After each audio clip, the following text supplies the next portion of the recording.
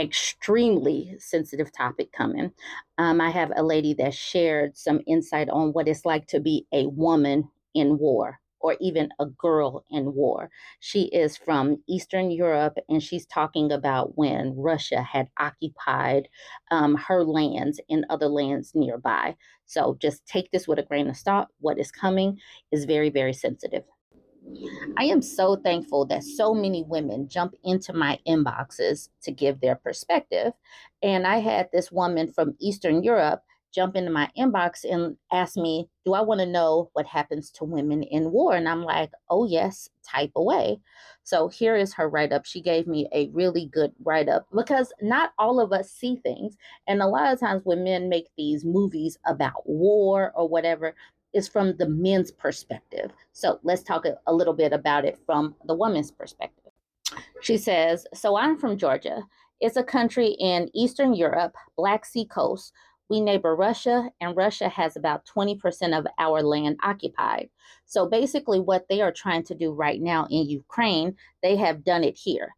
First in 1992 to 1993, and then again in 2008.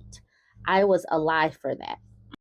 Right now, I was reading about women in war and war crimes against them in Palestine, in Congo, in Ukraine, and want to tell you about something I don't think anybody knows. When Russia did what they did in Bucha, Georgians made a movie or documentary. Before Bucha, there was Abkhazia. Abkhazia is a region that Russia has occupied, and even though I knew what happened, I was shocked and devastated when I watched it. Russian soldiers raped girls as young as 9. The stories of sexual crimes that they committed are very violent. At that time, there was no internet here, no way to get their stories out. So Russia orchestrated and did whatever they wished.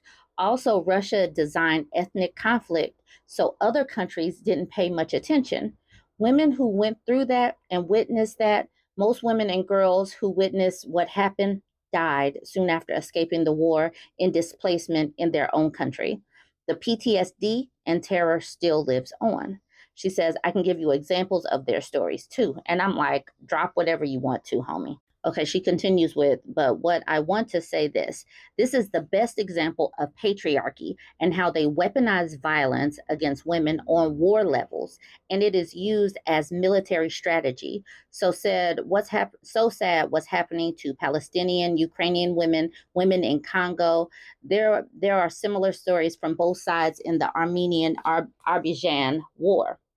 She says stories from the movie. There was one girl from the 5th grade who was bleeding all over and grabbed my feet and asked if it was worth living. Just as I tried to convince her to pull through, another young girl was brought back to the school building after being raped and looked like she was going to faint from all the trauma. She begged for water, and what short but stern looking Russian soldier, whose face I can still remember, climbed up the window pane above the young girl, urinated into her mouth, and said, here's your water. This is what Georgians deserve. It's been more than 30 years, but these criminals have not yet been prosecuted. Russia also put people who lived next to each other for decades against each other. What it tried to do in Donetsk and Lukansk, so there were a lot of hate crimes to like taking babies out of pregnant women's womb and then burning them. The ethnic group that Russia collaborated with has lost too.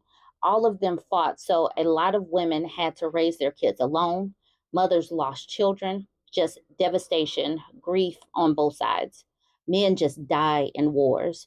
They always say that we are lucky that we don't get called, but women have to live through it, and even after that.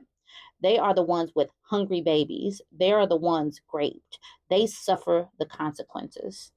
So she did provide the link for the documentary that she was talking about. I will make sure to put it in the description if you watch this over on YouTube. She says, also, before I was born, Russia had colonized North Caucasia, which is how they became our neighbors. There are a few Caucasian nations like Circassians, English, Alsatians, Daghestanians, please forgive that, Chechens, and others, and the women there suffer so much. it is a practice where a man who likes a woman just kidnaps her, and then it is impure to come back and not marry that man. This was happening in Georgia too, but we got over that, thank God. Whew. So you see that it this whole situation with this patriarchy, and so many men get so upset because of the fact that men get called up to go to war and women don't have to get called into war, and they have to go out and fight, but they forget that women are still stuck with the issues, the consequences of war. Women are still victims of war. Women are unprotected because they weaponize women's bodies, girls' bodies in wartime, just like this woman is saying. And this is what is going on. And in Russia right now, those people keep going back for war. They just keep trying to um, take over all of these people's land. And they are sacrificing their own men to go out and do harm to these people, do harm to these other women, take people's land. And this is literally what she is saying. This is patriarchy in action, just basically taking what they feel they are entitled to. They feel that they are entitled to that land. They feel entitled to women and girls' bodies. And they are just going out and taking it by whatever means. Listening to that was challenging, I'm sure. But just imagine, just think about all of the conflicts that are going on right now. We know that there are conflicts going on, like she said, in Palestine, in Congo, in Kenya. And, we know that these are going on. And who is starting all of these wars? All of these wars that we're going to steal land, resources, people's lives, to just keep taking. But then all over the globe as well, people are wondering why women are not having babies. Have babies for what? So that these people can just keep sending more boys off to war and have more bodies for these people to take and weaponize. That's basically what I'm saying. Like I said, I'm thankful that this woman took the time to type all of this up, and we do have a global reach. If you are interested in dropping me some lines about what you have seen in your part of the globe, go ahead. You can find me. I'm Bourbon Bougie. I'm Bourbon Bougie on all of the social platforms. I'm on Instagram is the best way to reach me. My inbox on TikTok is available.